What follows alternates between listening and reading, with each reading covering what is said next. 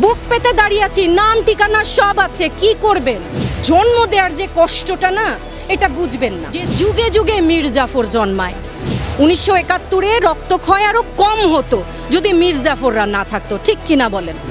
আপনাদের আমাদের বিবেকের কাছে প্রশ্ন করেন কোন দলে দাঁড়াবেন। আর ছবি তুলে তুলে পাঠাতে হবে কেন? আমরা তো সামনে দাঁড়াচ্ছি, বুক পেতে দাঁড়িয়ে আছি, নাম ঠিকানা সব আছে, কি করবেন? অন্যায় অনেক সহ্য করছি, অন্যায় সীমা ছাড়িয়ে গেছে। এখন এটা বুকের ভেতর এসে লাগছে, আত্মায় লাগছে, বিবেকে লাগছে। মানুষ হিসেবে তো মরে যেতে পারবো না, মেরে ফেলেছেন তো অলরেডি। এখন এই যে রক্তর বন্যা বয়ে যাচ্ছে না, এটার বিচার চাই, তার কাছে চাই না।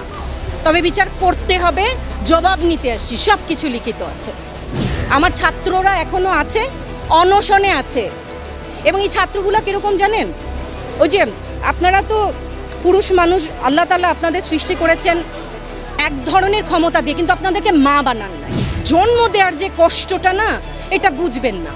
একটা জন্ম দিয়েছে এক সন্তানদের, এরপর শিক্ষক হয়ে কি হয়েছে, এই ছাত্রছাত্রীরা যখন তরুণ হিসেবে আসে, এই অভিভাবকরা আমাদের কাছে পাঠান, আমাদের হেফাজতে পাঠান, ওদেরকে সুনাগরিক করার জন্য, সুশিক্ষিত করার জন্য। তরুণ প্রাণ, এদের কখনো শাসন, কখনো বকা, আদরে এদেরকে আমরা সুনাগরিক গড়ার চেষ্টা করি। তাদের ভেতরে আত্মবিশ্বাস জন্মায়, আত্মসম্মান।